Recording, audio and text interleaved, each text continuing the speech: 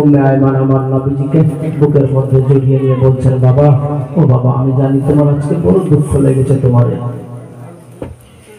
তোমার বড় কষ্ট হয়েছে, তবে বাবা তুমি এটুকু মনে রাখো, আমি তোমার আব্বার দাসী, তোমার আব্বার দাস সঙ্গে ছিলাম এতদিন ধরে, আমি তোমার আব্বাকে দেখভাল করেছি, তোমার মায়ের সঙ্গে থাকলাম। আমি আজকে ওয়াদা করে বলছি বাবা, আমি যতদিন থাকবো তোমাকে আমি কোনো কষ্ট হতে দিব না, তোমার কোনো কষ্ট তোমাকে পেতে দিব না, আমি মায়ের মতো তোমাকে আদর যত্ন করব। বাবা তুমি দুঃখ করো না, তুমি আমাকে মায়ের মতো মনে করিও, প্রতিটা পাশে প্রতিটা মুহূর্তে আমি তোমার পাশে দাঁড়িয়ে যাব।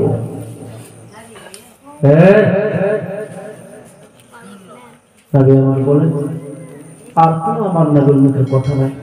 উটের উপরে চেপে গেলেন, নবীজি আমার চলে গেলেন মক্কাতে। বলুন সুবহানাল্লাহ। নবী আমার নেমে গেলেন উট থেকে। হযরতে আব্দুল মুত্তালিব বসেছিল বাড়িতে। নবী আমার নামার সাথে সাথে দৌড়াতে দৌড়াতে চলে গেলেন দাদুর কাছে, ঝাঁপিয়ে পড়লেন, দাদুকে জড়িয়ে দিয়ে নিয়ে ধরে নিয়েছেন, বলে দাদু ভাই, ওগো দাদু গো, তুমি যা মনে করেছিলে গো দাদু, যা সন্দেহ করেছিলে দাদু, আজকে তাই ঘটে গেল। ওগো দাদু, আজকে আমার মা নাই পৃথিবীতে, বেঁচে যাব, আমার মা আমারে ছেড়ে চলে গেল দাদু গো। আমার নবী তো জাহানের বাদশা বিশ্ব নবী নিজের দাদুর কাছে বলছে, দাদু গো, আমার মা নাই আর পৃথিবীতে বেঁচে গেল। আমি আমার আম্মার সঙ্গে মদিনা থেকে আসছিলাম, রাস্তায় আস্তে আস্তে নিয়ে গেল আমার আব্বার রওজাতে। আমার আব্বার যেখানে সমাধি করেছে সেই জায়গায় গিয়েছিলাম দাদু।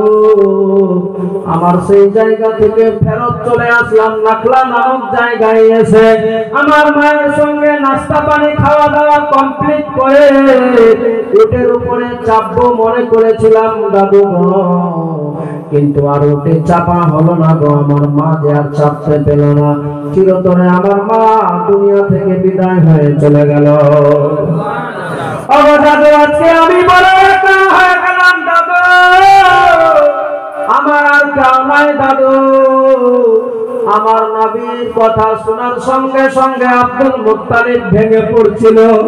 আব্দুল মুত্তালিব জানার দাঁড়িয়ে বসেও থাকতে পারে না, তার যেন কলেজা চুরমার হয়ে গেল, কিন্তু তারপরেও পাথরের মতো শক্ত করে দিয়েছে অন্তরটাকে নবীর দাদু।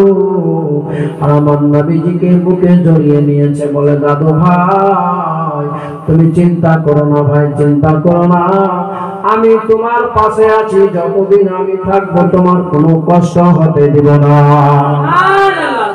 নবী আমার বলতে লাগলেন, দাদু আমি জানি তুমি আমার কষ্ট হতে দিবে না, কষ্ট পেতে দিবে না, কিন্তু দাদু তুমি বলো তো, আমার মা যা আদর দিতে পারে তুমি কি তা পারবে?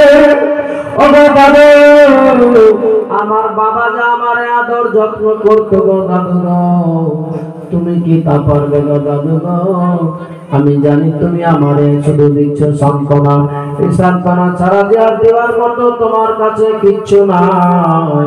আমার নবীজিকে আরো জড়িয়ে ধরে আমার আব্দুল মুত্তালিব বলছে, দাদু ভাই, তুমি চিন্তা করো না ভাই, তোমার কোনো অসুবিধার কারণ নাই।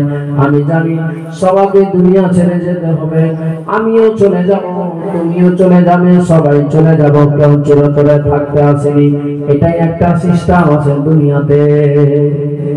দাদার বাবা ভাই আমার নবীজিকে বারবার করে আব্দুল মুত্তালিব বুঝাচ্ছেন।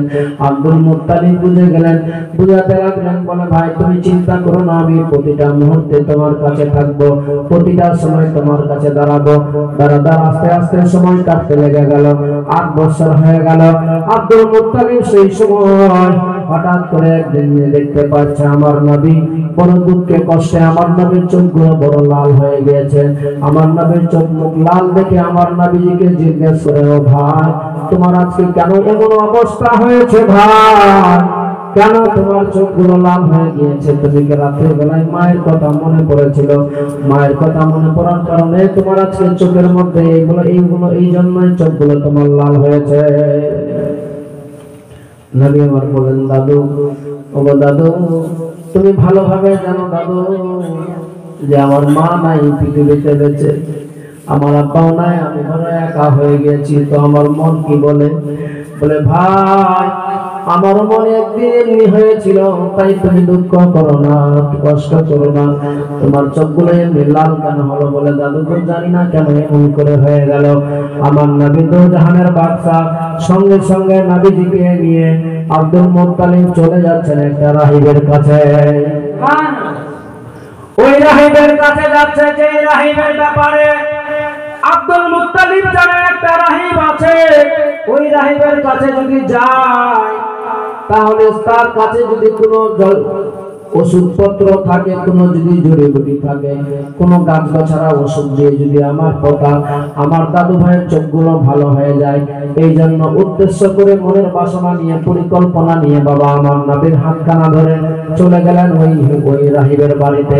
ওই রাহিবটা সেই দিন তরাত করতেছিল বাবা, ইঞ্জিল পড়ছিল।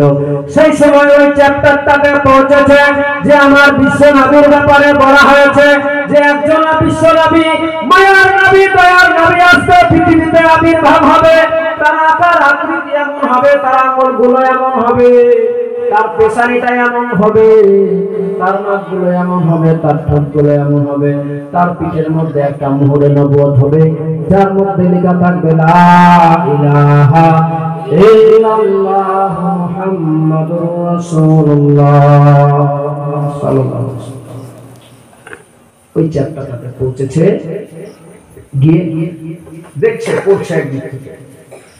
আর আব্দুল মুত্তালিব দরজায় আওয়াজ দিয়েছে, বলছে, রাহিব ভাই বাড়িতে আছো?